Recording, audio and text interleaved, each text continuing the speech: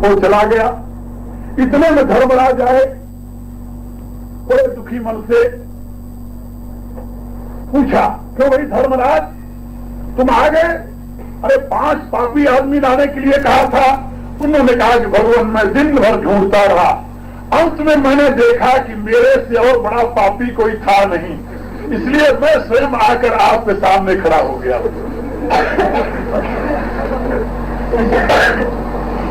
क्यों तुम्हें नगर में कोई पापी नहीं मिला? कहते हैं जहां पर विदुर ऐसे मंत्री हों, जहां पर द्रोणाचार्य ऐसे गुरु हों, जहां भीष्म पितामह ऐसे रक्षक हों, जहां साक्षात धृतराष्ट्र ऐसे धर्मात्मा राजा हों, उस राज्य में कोई पापी हो सकता है?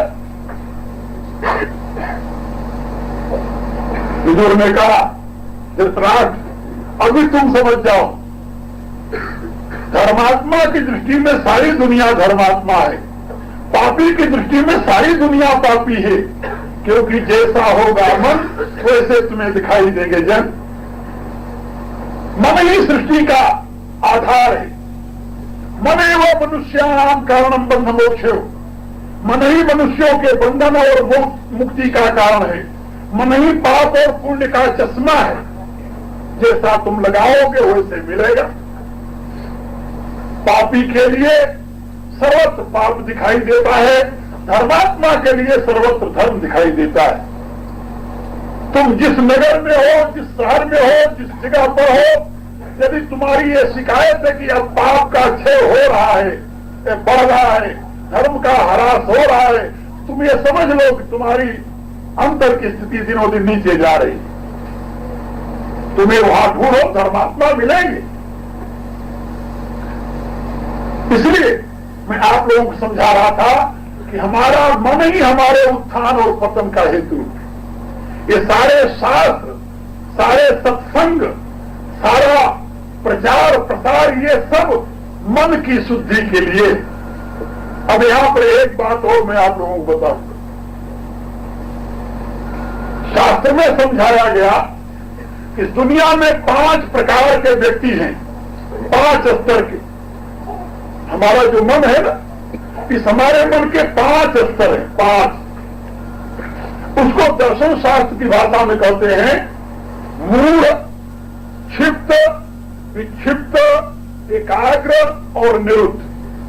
ये 5 स्तर होते हैं मन के। मूढ़, क्षिप्त, विक्षिप्त, एकाग्र और निरुद्ध। फिर याद कर लो इसे। शास्त्र कहता है जो मूढ़ मन वाले लोग हैं, उनके लिए न धर्म है, न कर्म है, न भजन है, न पाठ है, न भगवान है, न देवी है, न देवता है। उनके लिए केवल अपना शरीर है और कुछ नहीं है। ऐसे लोगों के लिए केवल अपना शरीर है, शरीर से परे भी कुछ है उसको वो नहीं जानते, और न उनको जानने की रुचि होती है। क्यों नहीं होती? उनका मन इस स्तर पर है, अभी मन का विकास नहीं हुआ। मन में घोर तमोगुण समाया हुआ है, इसलिए उनकी दृष्टि में दुनिया में और कुछ नहीं है।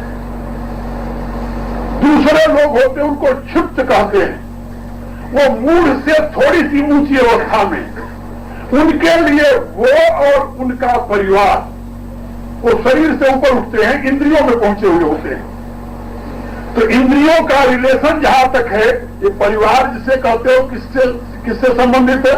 इंद्रियों से। जिसको आप परिवार कहते हो, ये सारा परिवार इंद्रियों से संबंधित है, इंद्रियों से आगे कुछ नहीं है। तो ऐसे लोग जो हैं उनको क्षिप्त कहते हैं दार्शनिक भाषा में। उनसे यदि आप धर्म कर्म की बात करो तो कहते हैं अरे ये सब बेकार की बातें हैं, फजूल की बातें हैं, हम फालतू बैठे हैं, हमारे परिवार नहीं, हमारे अपना काम नहीं है। यदि उनसे कहो भाई किसी विद्वान पास चलो सुनो, वो कहते तुम बड़ा मूर्ख आदमी है। उनकी ये मान्यता होती है कि दुनिया में 1.5 अकल है, एक मेरे पास आधी सब में बची हुई है।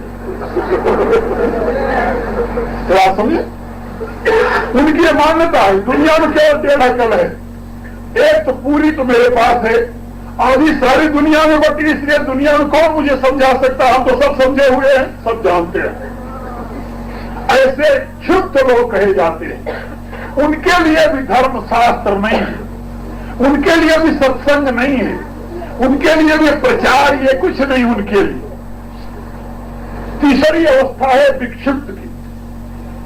विक्षिप्त किसे कहते हैं? अब जो दुनिया से अघा गया है, शरीर से मृत्यु का भय, रोग की पीड़ा से शरीर से आसक्ति जब हट गई, कभी कभी कहता है भगवान अब इस शरीर से मुक्ति दे दे तभी बना है।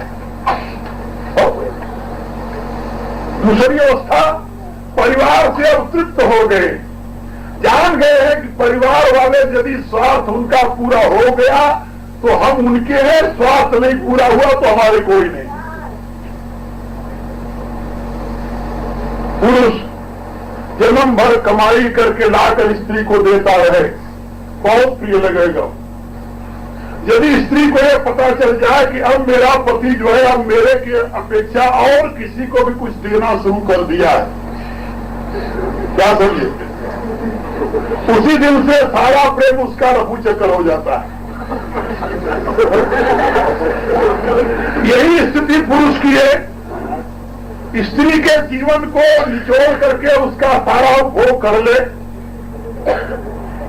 उसकी सेवा में रातों दिन लगी रहे, उसे कोई न तो उसके प्रति कृतज्ञता है न उसके प्रति कोई आत्मीयता है। लेकिन जरा सा उसे पता चल जाए कि अब मेरी स्त्री मेरे सिवा और किसी को भी चाहने लगी, चाहे वो भगवान ही क्यों न हो, तुरंत उसका दिमाग घूम जाएगा। यही स्थिति माता पुत्र की है, पिता पुत्र की है, पुत्र पिता की है, भाई भाई की है। दुनिया में जितना संबंध है कब तक है? जब तक कि हमारी पूर्ति हो रही है तब तक। एक आदमी, एक देवी का पति मर गया और रो रही थी, विलाप कर रही थी, तो उससे जाकर किसी ने पूछा कि भाई तुम रो क्यों रही, मरने वाला तो मर गया। वो कहती है मर गया इसके लिए थोड़ी मैं रो रही हूँ। तो फिर रोना तो इस बात का है अब मेरे लिए कपड़ा कौन लाएगा, मेरी रोटी का प्रबंध कौन करेगा, हमारी पूर्ति कौन करेगा, ये तो मर गया मर गया। ये तो देखते हो ना, आखिर जब मरे हुए के व्यक्ति के लिए हम रोते हैं, किसके लिए रोते हैं? अपने स्वार्थ के लिए। अब जो जो स्वार्थ हमसे सधता था अब वो नहीं सधेगा, यही ना। दुनिया में सारा संबंध स्वार्थ का है। एक पद में लिखा है कवि ने, पूत कमाई करके लाई माता करे प्यार, पिता कहे या पूत सपूता अकलमंद होशियार। और यदि वो कमाई देना बंद कर देते, पुत्र नालायक है। एक लड़का था मेरे पास आने लगा, मैं आपको बड़ी मजेदार की सुनाऊं बात। कुछ वर्षों तक ऐसा रहा, लड़के लड़कियां जो हमारे पास आ जाते थे ज्यादा, तो उनकी लगन हो जाती थी कि हम भी इसी काम में लग जाए। ऐसे सैकड़ों लड़के लड़कियां थे जिन्होंने अपने परिवार से अलग होकर के हमारे मिशन की तरफ चले। ऐसे एक लड़का था, वो आया करता था, अपनी पूरी रुचि रखता था। उसके माँ बाप पहले उसे समझाने लगे और कहने लगे कि तुम जाते हो, तुम्हारे गुरुजी रामायण पढ़ करके रामायण सिखाते हैं, तो रामायण में यही लिखा है कि माता पिता की आज्ञा न मानो।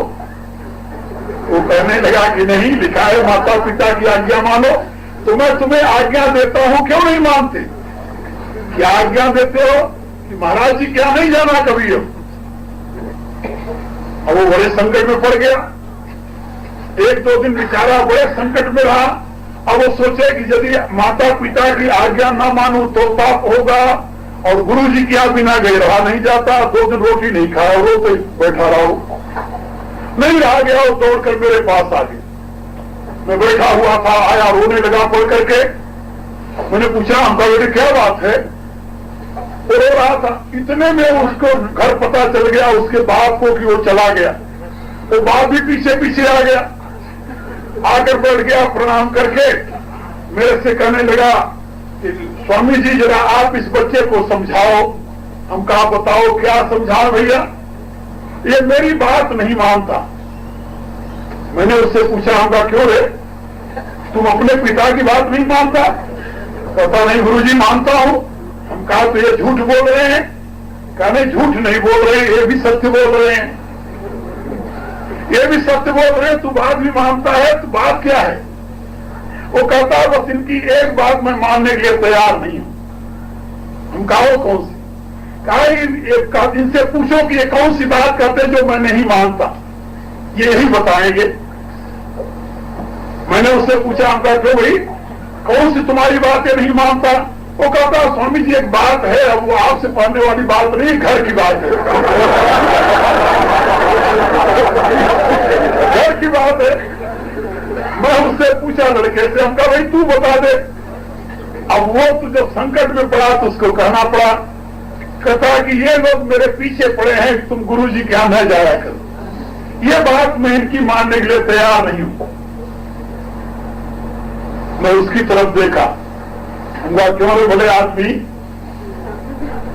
धर्म का भय दिखाकर बच्चे के जीवन को पतन की तरफ ले जाना चाहता है, शर्म नहीं आती तुम? बच्चा यदि सत्संग में जाता है, भगवान का चिंतन करता है, कहता है मुझे पाठ करने से रोकते हैं, पूजा करने से रोकते हैं, कहते हैं ये समय तुम्हारी पाठ पूजा की थोड़ा ही है।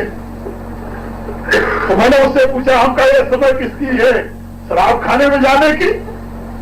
क्या राय है तुम्हारी? और उसके 3 लड़के थे जो उसी रास्ते पर जा रहे थे। हम कहा उन तीनों से तुम सुखी हो? नहीं, यही तो एक धर्म के रास्ते पर चल रहा था, हमारी बात मानता था। हम कहा पाप के रास्ते पर चलने लगा। यानी जब तक तुम्हारी बात मानता रहा तब तक धर्म के रास्ते पर, यानी तुम्हारी सेवा करता रहे, कमा कर लाकर तुम्हें देता रहे, भगवान के नाम में 2 घंटे जो लगाता हो 2 घंटे हुआ टाइम काम करे, तुम्हारे लिए खुशी। यानी लोगों की वृत्ति में बता रहा हूं। लोग धर्म की दुहाई दे करके, फिर मैंने उसे कहानी सुनाई। हम कहा रावण ऐसे महात्मा को उसकी मां ने उसे राक्षस बनाया था। जानते हो, तुम लोगों को शायद नहीं पता होगा। रावण ऐसे महात्मा को, ऋषि को, इतने महान विद्वान को उसकी मां ने राक्षस बनाया। मां ने, वो राक्षस नहीं था, वो तो परम पंडित था, धर्मात्मा था, विश्रवा का पुत्र था, महान तपस्वी था, भगवान शंकर का अनन्य भक्त था, लेकिन उसकी मां ने उसे राक्षस बना दिया। आपको ऐसे ही माता पिता मिलेंगे जो पुत्र को सत्मार्ग नहीं बल्कि राक्षसी मार्ग में ले जाने के लिए तत्पर रहते हैं। ऐसे रिश्तेदार मिलेंगे, ऐसे साथी मिलेंगे जो आपको विकास की तरफ नहीं विनाश की दिशा में ले जाने के लिए बड़े सहयोगी बनेंगे।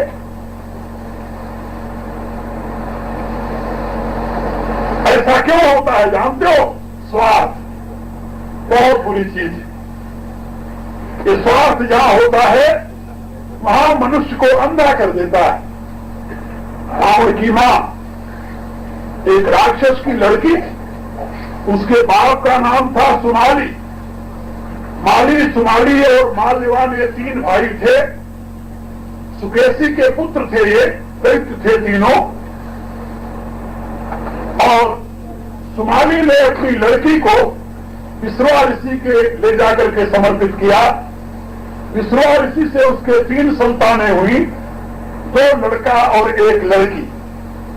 रावण, कुंभकर्ण 2 लड़के थे, सुपुर्खा उसकी लड़की थी। ये 3 संतानें हुई थी। विभीषण उसका सगा भाई नहीं था, वो दूसरी मां से पैदा हुआ था, मौसेरा भाई। परिणाम ये हुआ कि जब रावण बड़ा हुआ, विद्वान हुआ, तपस्वी बना, वरदान लेकर के शिव से आया, मां के चरणों में प्रणाम किया। मां दैत्य कन्या थी, वो ये नहीं चाहती थी कि मेरा लड़का जो है वो देवताओं का सहयोगी या धर्म का अनुयायी बने।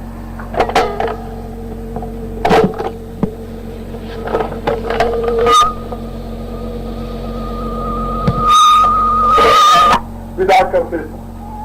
हमारे यहाँ वेद का ऐसा नियम है, जो प्राचीन काल में ऋषियों के आश्रम में लोग रहकर विद्या पढ़ते थे, तो विदा होते समय गुरु उनको आदेश देता था। तो पहला आदेश है मातृदेवो भव, पितृदेवो भव, आचार्य देवो भव, अतिथि देवो भव, सत्यम वद, धर्मम चर। ये उपदेश है। ये स्नातकोत्तर जिसे कहते हैं, स्नातक जब हो करके जब चलता है शिष्य वहां से, तो गुरु का आदेश होता है। रावण ने दोहरा दिया, कहा पहली शिक्षा क्या है? मातृदेवो भव, तो मैं तुम्हारे लिए देवता हूं। हाँ, जो मैं कहूं तो करेगा, बिल्कुल। तुम कहो और मैं ना करूं, ऐसा कभी हो सकता है? ये तो मेरा धर्म कहता है। वो कहती, मैं तुम्हें ये कहती हूं कि आज से देवता जो है वो तुम्हारे शत्रु। वो कहता, अरे ये तूने क्या कहा था? देवता और मेरे शत्रु? कहा हाँ, जो मेरा शत्रु है और तुम्हारा शत्रु है। मेरे बाप का वध किया है देवताओं ने। लंका मेरे बाप की राजधानी है। मैंने एक दिन आप लोगों को बताया था, रावण का जन्म स्थान उत्तर प्रदेश में था। भारत के जब प्राचीन काल में ऋषियों के आश्रम में लोग रहकर विद्या पढ़ते थे, तो विदा होते समय गुरु उनको आदेश देता था। तो पहला आदेश है मातृदेवो भव, पितृदेवो भव, आचार्य देवो भव, अतिथि देवो भव, सत्यम वद, धर्मम चर। ये उपदेश है। ये स्नातकोत्तर जिसे कहते हैं, स्नातक जब हो करके जब चलता है शिष्य वहां से, तो गुरु का आदेश होता है। रावण ने दोहरा दिया, कहा पहली शिक्षा क्या है? मातृदेवो भव, तो मैं तुम्हारे लिए देवता हूं। हाँ, जो मैं कहूं वो करेगा, बिल्कुल। तुम कहो और मैं ना करूं, ऐसा कभी हो सकता है? ये तो मेरा धर्म कहता है। वो कहती, मैं तुम्हें ये कहती हूं कि आज से देवता जो है वो तुम्हारे शत्रु। वो कहता, अरे शिव, ये तूने क्या कहा था? देवता और मेरे शत्रु? कहा हाँ, जो मेरा शत्रु है वो तुम्हारा शत्रु है। मेरे बाप का वध किया है देवताओं ने। लंका मेरे बाप की राजधानी है। मैंने एक दिन आप लोगों को बताया था, रावण का जन्म स्थान उत्तर प्रदेश में था।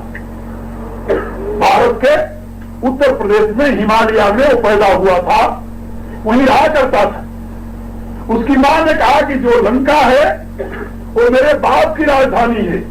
देवताओं ने उन्हें मार करके लंका के ऊपर कब्जा किया है, इसलिए मैं तुम्हें आदेश देती हूं, देवताओं से लंका छीन लो और अपने नाना के गद्दी पर चलकर तुम बैठो। रावण कहता है, मां वहां तो मेरा बड़ा भाई रहता है। रावण के पिता विश्रवा जो थे, उनकी 3 स्त्रियां थी। पहली स्त्री जो थी वो बिंदुमती थी। उसका लड़का कुबेर था। कुबेर रावण का बड़ा भाई था, बड़ी माता थी, बाप एक ही थी। कुबेर का नाम सुना होगा, देवताओं का वो कोषाध्यक्ष है। और दूसरी स्त्री कैकसी थी, जिससे ये हुआ था रावण, कुंभकर्ण और सुपर्णखा। तीसरी स्त्री का नाम राका था, जिससे विभीषण और त्रिजटा, ये 2 बच्चे हुए। त्रिजटा बहन थी, विभीषण लड़का भाई, ये दोनों भाई बहन थे। रावण कहता है कि मां वो तो मेरा बड़े भाई का राज्य है, मैं उससे युद्ध नहीं कर सकता, मैं उसको कुछ नहीं कर सकता। बड़ा भाई पिता के बराबर होता है। कैकसी कहती है मैं मां होकर तुम्हें आज्ञा देती हूं, या तो तुम मेरी आज्ञा का उल्लंघन करके धर्म से भ्रष्ट हो तो, या मेरी आज्ञा का पालन करो। मां बड़ी है या कोई तेरा भाई बड़ा है तेरा। इस धर्म की आड़ में उस कैकसी ने धीरे धीरे उस रावण को राक्षस बना दिया। उसको उत्तर प्रदेश से ले जाकर के लंका में बैठाया। रावण ने जब समाचार भेजा कुबेर के पास कि लंका मेरे नाना के खाली कर दो, कुबेर ने कहा भैया लंका जैसी मेरी वैसी तेरी, तुम आ कर रहो। वो कहता ऐसे भी नहीं रहता है, मेरे नाना की गलती है, मैं संभालूंगा। कहा तुम ही संभालो, मैं जा रहा हूं। मां ने देखा है तो बात बनी नहीं, लड़े नहीं दोनों भाई आपस में।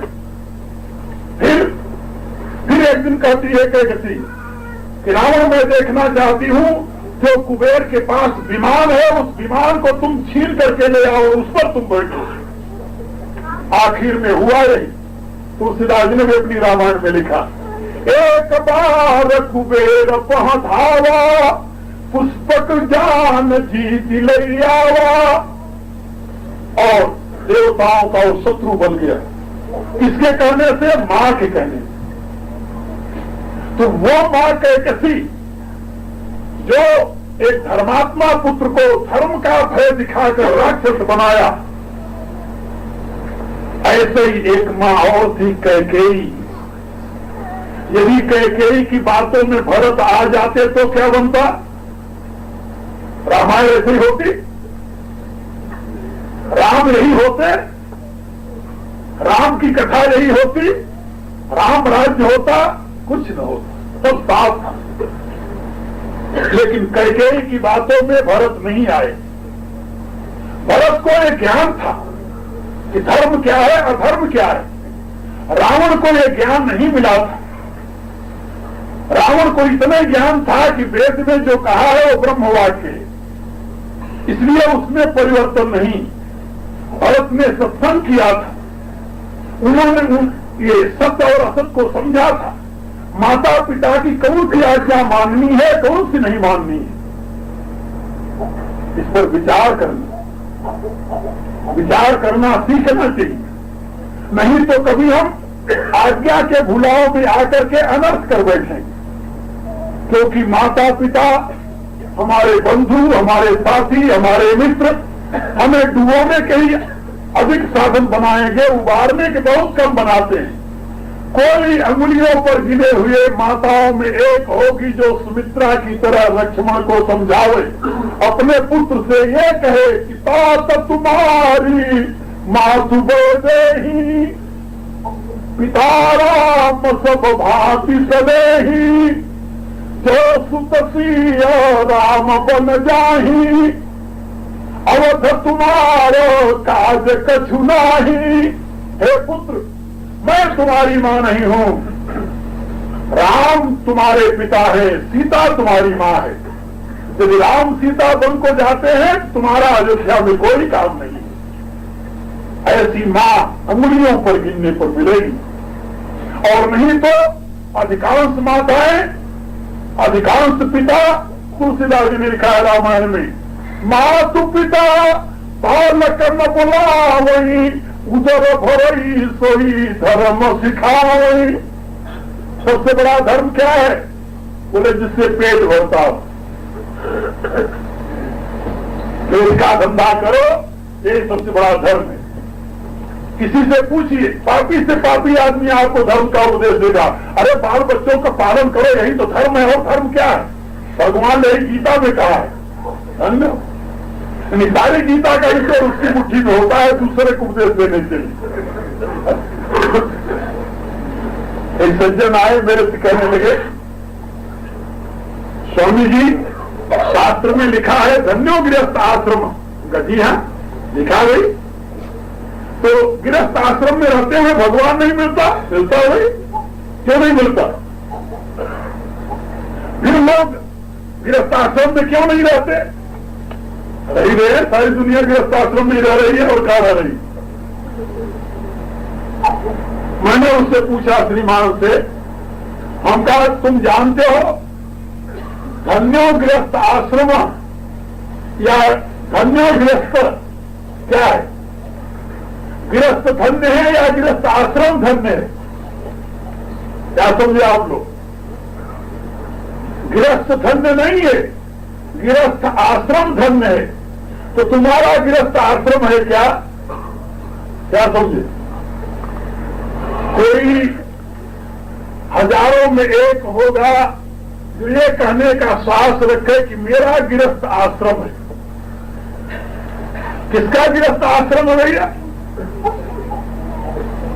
देखो जरा, गीता में भगवान ने कहा कर्म करो। हम कहा किसने बता दिया तुम्हें कहा कर्म करो? भगवान ने गीता में बताया है कर्म न करो, उन्होंने कहा कर्म योग करो। गीता का संदेश क्या है? कर्म है या कर्म योग? कर्म योग है, कर्म नहीं है। धन्यो गृहस्थ है या गृहस्थ आश्रम? गृहस्थ आश्रम है, गृहस्थ नहीं है। तुम पहले अपने गृहस्थी को आश्रम तो बनाओ। गृहस्थी आश्रम कैसे बनेगी? जब गृहस्थी में पवित्र कमाई का अन्न आएगा, जब दूसरे को खिलाकर खाने की बुद्धि आएगी, जब प्राणी मांस के प्रति दया की वृद्धि होगी, जब तुम्हारी संतान, तुम्हारी स्त्री, तुम्हारा परिवार भगवान की भक्ति में लगा होगा, तब गृहस्थ बनेगा आश्रम। समझे? पूरा श्लोक आप लोगों को सुना दूं, बहुत मतलब की चीजें हैं आप लोगों के लिए, इसलिए मैं बता रहा हूं। जहां शास्त्र में लिखा है धन्यो गृहस्थ आश्रम, सुना होगा आप लोगों ने ये शब्द, आम लोग कह देते हैं।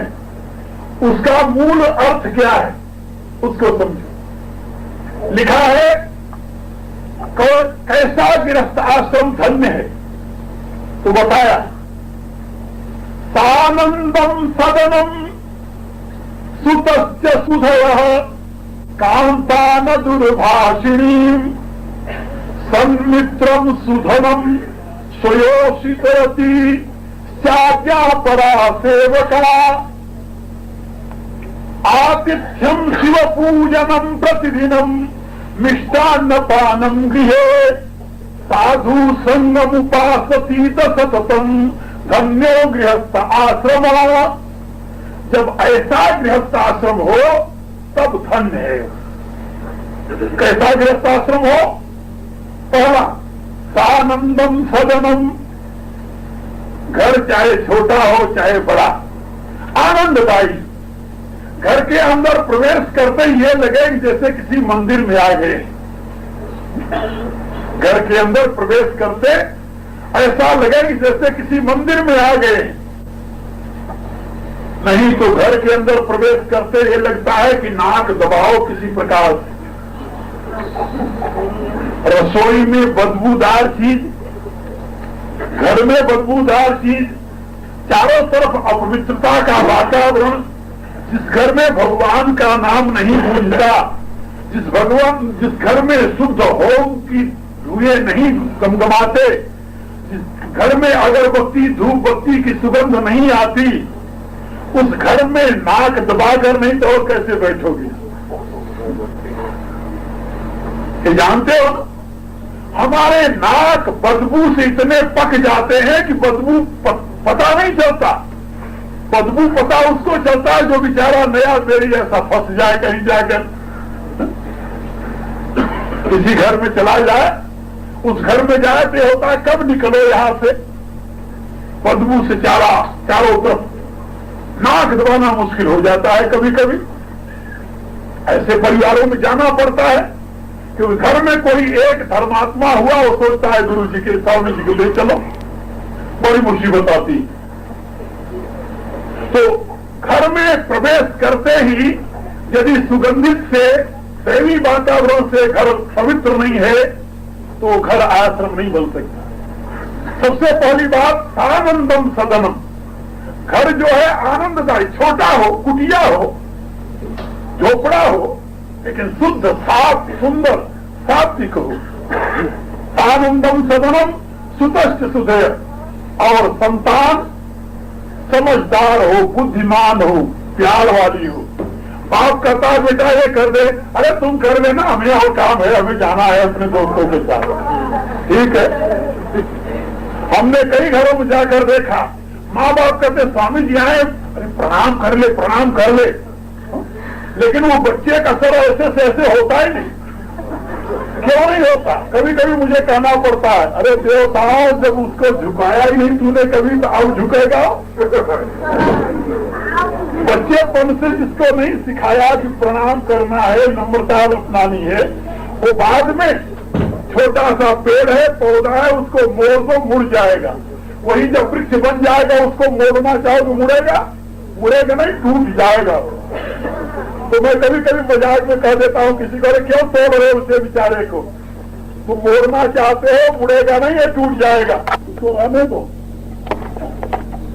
सुतस्य सुधय, बुद्धिमान संतान हो, समझदार संतान हो, सतमार्ग पर चलने वाली संतान हो। आनंदम सदनम सुतस्य सुधय कांतान दुर्भाषिणी, घर की जो देवी है वो गृहिणी, वो इतनी मधुर बोलने वाली हो कि घर में आने वाला व्यक्ति संतुष्ट हो जाए, तृप्त हो जाए उसकी मधुर वाणी से। और घर में प्रवेश किए कहा टाए टाए टाए टाए जहां सुनाई दिया,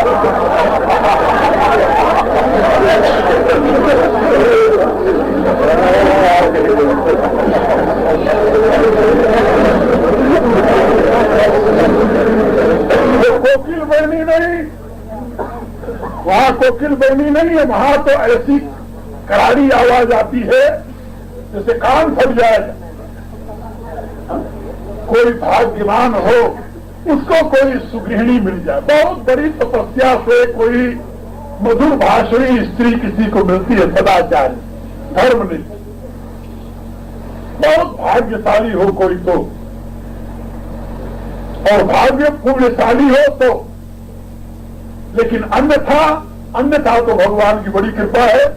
भगवती महालक्ष्मी तो किसी किसी के भाग्य में होती है, लेकिन चंडी तो सर्वत्र हमको नृत्य करती हुई मिलेगी। तो शास्त्रकार कहता है सानंदम सदनम, शुद्ध साफ करो। ज्यादा करके देवियों से मैं निवेदन करूंगा, घर को शुद्ध साफ रखो, घर में कोई गंदगी ना हो, इधर उधर चारों तरफ। अंदर कोई प्रवेश करे तो उसे बदबू का पता न चले कहीं। लेकिन देवियां क्या करेंगी, यदि सूटे लगा करके आप सारे बदबू मुखे लाओगे, ये क्या करेंगे उनका? आप जरा सोचो, ये तो आपके ऊपर निर्भर है ना। है सानंदम सदनम सुतस्य सुधय कांता न दुर्भाषिणी, मधुर वाणी बोलने वाली स्त्री। सन्मित्रम, अब घर से बाहर चलो, सन्मित्रम, साथी कैसे हो? सात्विक, अच्छे मित्र हो। ये बुरे मित्र जो हैं ये पाप की तरफ ज्यादा धकेलते हैं। जैसे एक दिन मैंने बताया था ना कि एक घोंट का लालच देकर के, एक सूटे का लालच देकर के ऐसे धकेल देते हैं जन्म भर मरते रहो, डूबते रहो। एक कवि हुए हैं, बहुत अच्छे संत हुए हैं भारत में, उन्होंने कुंडलियां लिखी है। साया संसार में मतलब का व्यवहार, पैसा जाके पास में ताही के सब यार, ताही के सब यार यार, संग ही संग डोले, पैसा रहे न पास यार मुखते नहीं बोले। कह गिरधर कबीराय जगत करया ही लेखा, करत बिगड़ जी प्रीति यार बिरले को देखा। बहुत कम कोई साथी मिलता है जो तुम्हें सन्मार्ग की तरफ ले जाए। हम तो कभी कभी ऐसा देखते हैं, कुछ लोग सत्संगी हैं, सत्संग में जाना चाहते हैं, लेकिन अपने साथियों से नहीं कहते तुम सत्संग में चलो। क्यों नहीं कहते?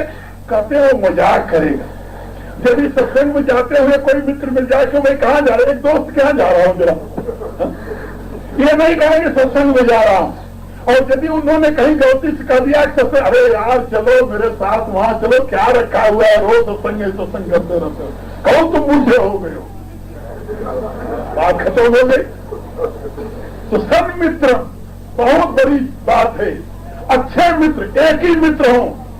तुलसीदास जी ने कहा तुम्हारा कोई मित्र न हो। परु भलदास नरक करता, दुष्ट संग जनी देई विधाता। कहते हैं नरक में रहना अच्छा है, दुष्ट मित्र से बच करके रहे। यानी दुष्ट मित्र की बजाय नरक में रहना अच्छा है, कि मित्र, दुष्ट मित्र जो मिलेगा वो नरक से भी नरक में ढकेलेगा, और यदि तुम नरक में हो तो वहां से आगे आओगे, तुम्हारा उद्धार होगा। इसलिए बलभास नरक करता था, दुष्ट संग जनी देई विधाता। सन्मित्रम सुधनम, ईमानदारी, मेहनत की कमाई। सुधनम माने मेहनत की कमाई। साईं इतना दीजिए क्या मैं कुटुंब समाए, मैं भी भूखा ना रहूं, साधन भूखा जाए। भगवान की जिसके ऊपर कोप होता है, भगवान जिसको अपने से दूर करना चाहता है, पूरा नहीं मानना, उसको भगवान बहुत सा धन दे देता है। क्या समझे? जो माँ बच्चे को गोदी में नहीं लेना चाहती, उसको झुंझुना पकड़ा देती है, खेलते रहो बेटे।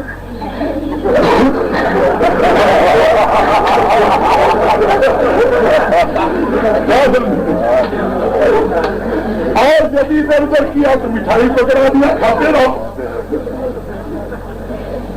इसी रूप से जिसको भगवान अपनाना नहीं चाहते, उसको वो बहुत सी संपत्ति दे देता है। खेलते रहो, जाओ मगन रहो। और परिणाम क्या होता है वो तो तुम जानते हो।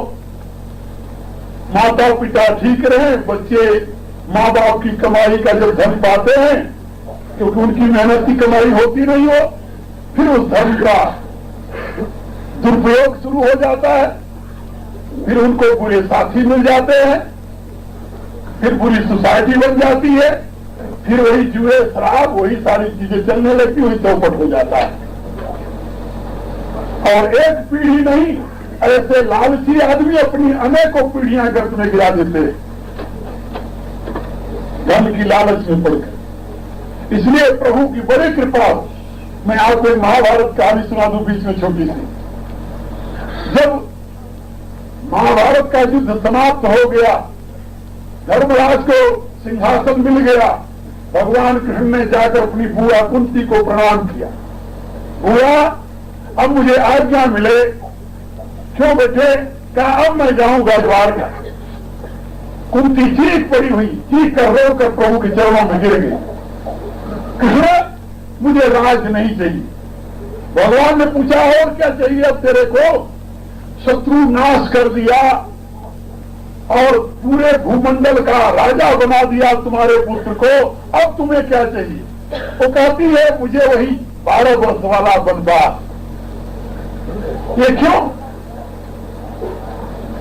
कुंती कहती है कृष्ण, जब मैं 12 वर्ष वन में रही तो तू मेरे साथ था, अब राज जब मिल गया तब तू मुझे छोड़कर जाना चाहता है, तो हमें ऐसे राज से क्या मतलब जिसमें तू साथ नहीं रहेगा? जिसमें तू साथ न रहे, ऐसे राज से, ऐसे सुख से, ऐसे वैभव से क्या मतलब हमें? ये कुंती के हृदय की पुकार थी, महाभारत के अंत में लिखा हुआ है। तो मैं आप लोगों को समझा रहा था कि भगवान जब अधिक संपत्ति आ जाती है तो अधिकांश लोगों की बुद्धि भ्रष्ट होती। इसलिए शास्त्र में बताया गया, सन्मित्रम, अच्छे मित्र होंगे तो अच्छे रास्ते पर लगाएंगे। धन बुरा नहीं है, धन तो वैभव तो अयोध्या में भरा हुआ था, सोने की द्वारका थी, सुना होगा आप लोगों ने। राम के राज्य में इतने बड़े बड़े धनिक थे, तुलसीदास ने लिखा है, बैठे बजाज शराब बनिक अनेक मानव कुबेर थे। ऐसे समझ पड़ता है मानव कुबेर यही हैं, इतने बड़े बड़े धनपति थे, लेकिन उनकी बुद्धि धर्म में थी। धन से धर्म होता है, धन से पाप ही नहीं होता। धन से धर्म होता है। लक्ष्मी के दो रूप हैं, याद रखो आप लोग।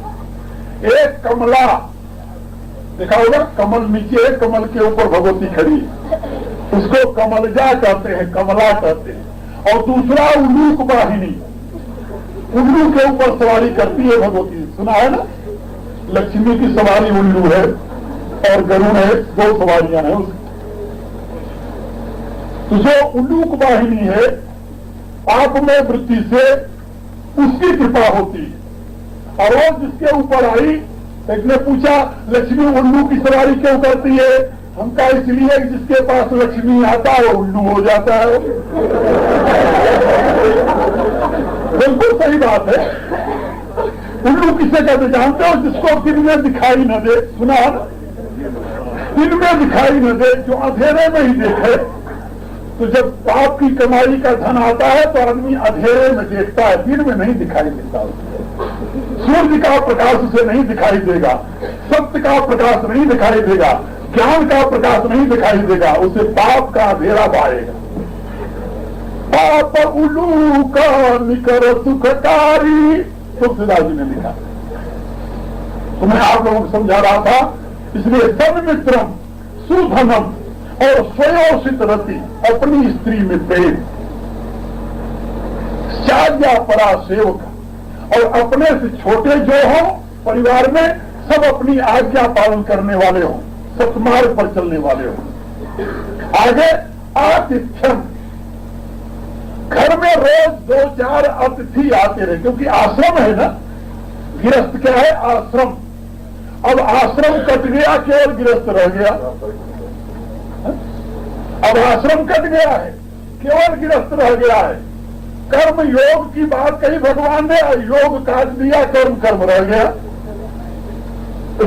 उसका परिणाम भयानक हो रहा है। गृहस्थ स्वयं में आश्रम है, जैसे संन्यास आश्रम है, जैसे वानप्रस्थ आश्रम है, जैसे गुरुकुल में ब्रह्मचर्य आश्रम है, ऐसे गृहस्थ भी एक आश्रम है। लेकिन यदि किसी गृहस्थ से कहो कि तुम्हारे घर भगवान का भजन पूज, वो कहता है मेरा घर घर है, कोई आश्रम थोड़ी है। आप जरा सोचिए कैसी मूर्ति बनी। तो शास्त्र कहता है कि आतिथ्यम शिव पूजनम प्रतिदिन, नित्य प्रति अतिथि की सेवा। अतिथि उसे कहते हैं जिसके आने कोई तिथि न हो, ऐसे लोगों की सेवा। और शिव पूजनम, भगवान भूतेश्वर की आराधना नित्य प्रति घर में हो। आतिथ्यम शिव पूजनम प्रतिदिनम, ये नहीं कभी साल भर में एक बार नहीं, प्रतिदिनम, नित्य प्रति। मैं जानता हूं सभी लोग बड़े बड़े मंदिर घर में नहीं बना सकते, छोटा मंदिर तो बना सकते हो। ये डाइनिंग रूम है, ये बेड रूम है, ये क्या क्या रूम है, कितने प्रकार के रूम होते हैं। अरे उसमें से एक पूजा रूम बना दो, कौन सी घट जाएगी तुम्हारी?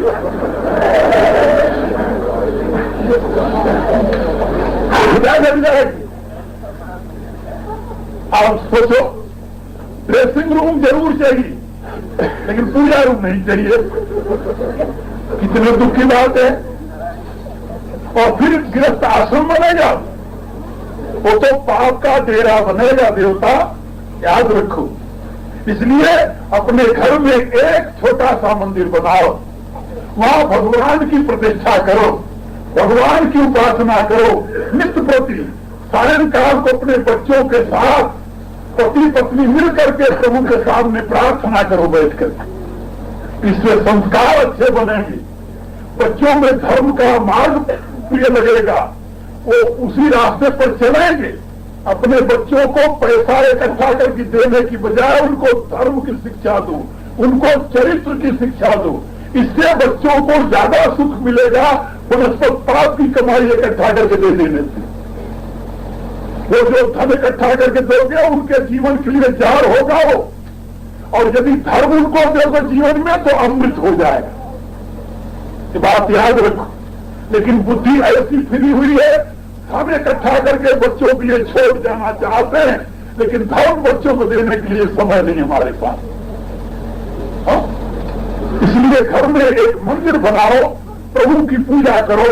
आतिथ्यम शिव पूजनम प्रतिदिनम, मिष्टान्न पानम गृहे, और घर में शुद्ध आहार कर, शुद्ध आहार। ऐसी वस्तु घर में न पकड़े जिसकी बदबू से सारा घर अपवित्र हो जाए। शुद्ध आहार करो देवताओं। ये मांस मनुष्यों के लिए नहीं बना है, याद रखो। एक दिन मैंने बताया था कि मनुष्य की आंखें मांस के लिए नहीं बनी हैं, मनुष्य के दांत मांस के लिए नहीं बने हैं, मनुष्य की जीभ मांस के लिए नहीं बनी है। ये तो भ्रष्ट बुद्धि का परिणाम है। जितने मांसाहारी पशु हैं उनके दांत तीखे होते हैं, वो जीभ से पानी पीते हैं, उनके नाखून तीखे होते हैं, उनकी आंखें छोटी होती हैं। जितने शाकाहारी पशु हैं उनकी आंखें लंबी होती हैं, उनके दांत फ्लैट होते हैं, उनके नाखून स्मूथ होते हैं, वो मुंह से पानी पीते हैं। तुम कैसे पानी पीते हो? जीभ से कि मुंह से? जैसे गऊ पानी पीती है ऐसे तुम पानी पीते हो, जैसे कुत्ता पानी पीता है लेकिन के द्वारा वैसे पीते हो। कैसे पीते हो? मुझसे पानी पीते हो ना, जिनसे तो नहीं पीते। कितने मांसाहारी है देखो, कोई बता दो कि अमुक मांसाहारी मुझसे पानी पीता हो। शेर की पेड़, ईगल, भेड़िया, कुत्ता, बिल्ली जितने है मांसाहारी सब जीव से पानी पीते हैं। तुम मुंह से पानी पीते हो। सबके दांत तीखे होते हैं, तुम्हारे दांत फ्लैट हैं। सबके नाखून तीखे होते हैं, तुम्हारे नाखून स्मूथ है। देख लो पशुओं को, सबकी आंखें छोटी होती, तुम्हारी आंखें बड़ी हैं। तुम मांस खाने के लिए नहीं पैदा किए गए हो, तुम्हारा आहार अन्न है, लेकिन बुद्धि जो भ्रष्ट होती है